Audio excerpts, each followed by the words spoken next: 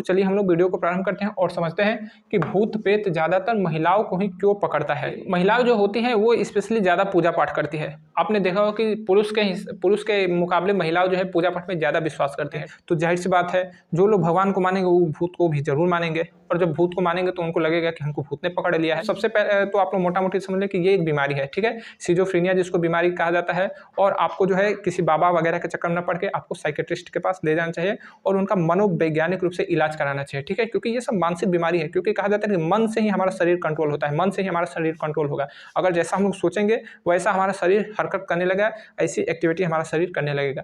तो जो महिलाओं को कभी कभी लगता है कि घर पे उसको भूत पकड़ा है, जबकि वो बीमारी होती है, ठीक है।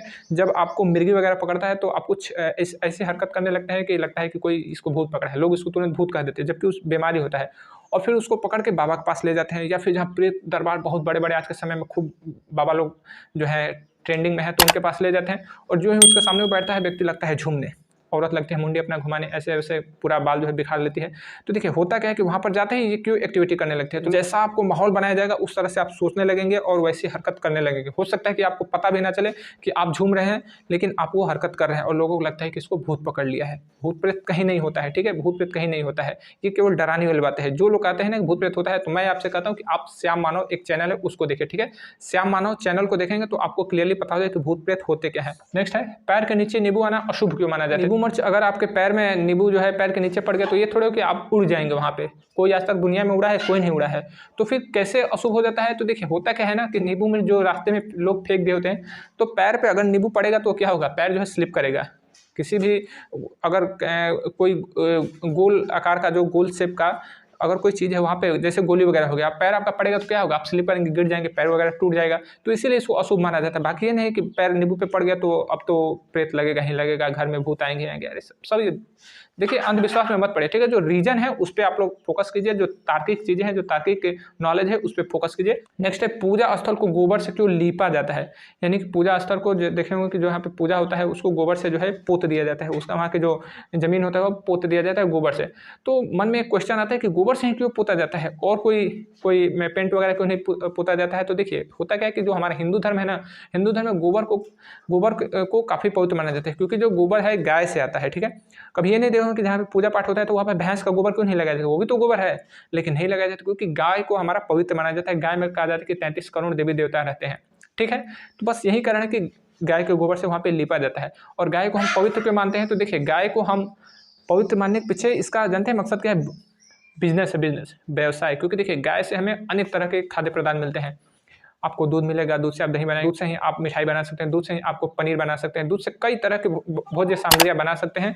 तो इसलिए पशु में सबसे ज़्यादा गाय को यानी कि पेय पदार्थ में दूध को और गाय को काफ़ी ज़्यादा पवित्र माना जाता है, क्योंकि गाय से हमें अनेक तरह के धन मिलते हैं, अनेक तरह के खाने पीने की सब चीज़ें मिलती हैं। बाकी इसके पीछे कोई और लॉजिक नहीं है।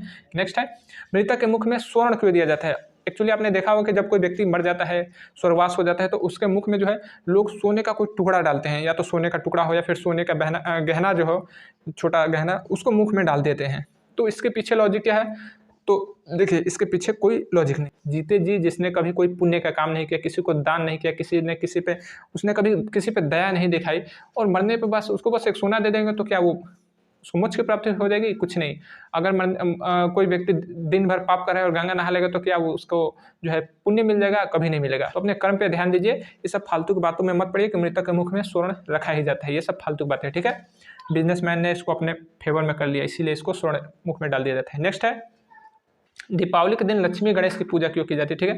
दीपावली के दिन लक्ष्मी गणेश की पूजा क्यों की जाती है। देखिए दीपावली जो है वो हम कब मनाते हैं, दीपावली जो है दशहरे के 20वें दिन मनाते हैं। दशहरा जिस दिन विजयदशमी है उसके 20वें दिन जो है दशहरा मनाया जाता है, दीपावली मनाई जाती है।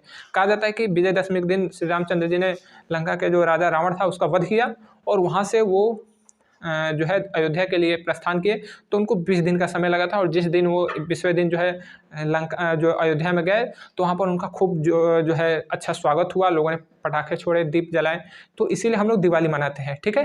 ये हमें रामचरितमानस में या फिर अन्य ग्रंथों में या फिर हमें अपने जो है पूर्वजों से भी ये सुनने को मिलते हैं, ठीक है, कि ये चीज़ें इस तरह से घटित हुई है। लेकिन इस दिन अब लक्ष्मी गणेश की पूजा क्यों की जाती है, तो इसमें कोई जवाब ही नहीं देता है। लेकिन मार्केट में देखें तो लक्ष्मी गणेश की खूब मूर्तियाँ धड़ाधड़ बिकती है।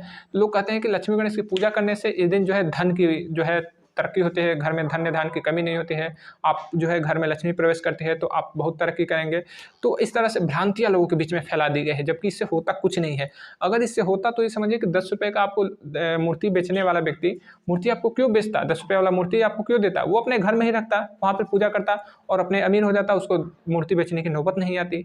तो इससे क्या है कि जो हमारे सोसाइटी में जो मतलब दुकानदार लोग हैं, उन्होंने इसको अपने फ़ेवर में कर लिया है कि लक्ष्मी गणेश की पूजा कीजिए, लक्ष्मी गणेश की पूजा करने से आपको जो है काफ़ी अच्छी बरकत होगी, आपको बहुत अच्छी तरक्की होगी, लेकिन ऐसा कुछ नहीं है। तो दीपावली के दिन हमें स्पेशली पूजा करनी चाहिए श्री रामचंद्र जी का। हमें आगमन का उनका जो है हर्ष मनाना चाहिए, उल्लास मनाना चाहिए। उस दिन हमें पटाखे छोड़ते हैं और दीप जलाते हैं, तो ये श्री राम जी से संबंधित है। दीपावली जो है श्री राम जी से संबंधित है, तो हमें दीपावली के दिन किसकी पूजा करनी चाहिए? दीपावली के दिन हमें श्री रामचंद्र जी का पूजा करना चाहिए। ठीक है, तो आशा उम्मीद करूँ कि आपको ये मेरी छोटी सी जानकारी पसंद आई होगी। अगर आपका डाउट क्लियर हो गया है तो और वीडियो पसंद आया तो अपने दोस्तों को भी, अपने भाइयों को भी शेयर जरूर करें, ताकि उन्हें भी एक सही जानकारी मिल सके। मिलेंगे अगले वीडियो में, तब तक के लिए जय हिंद।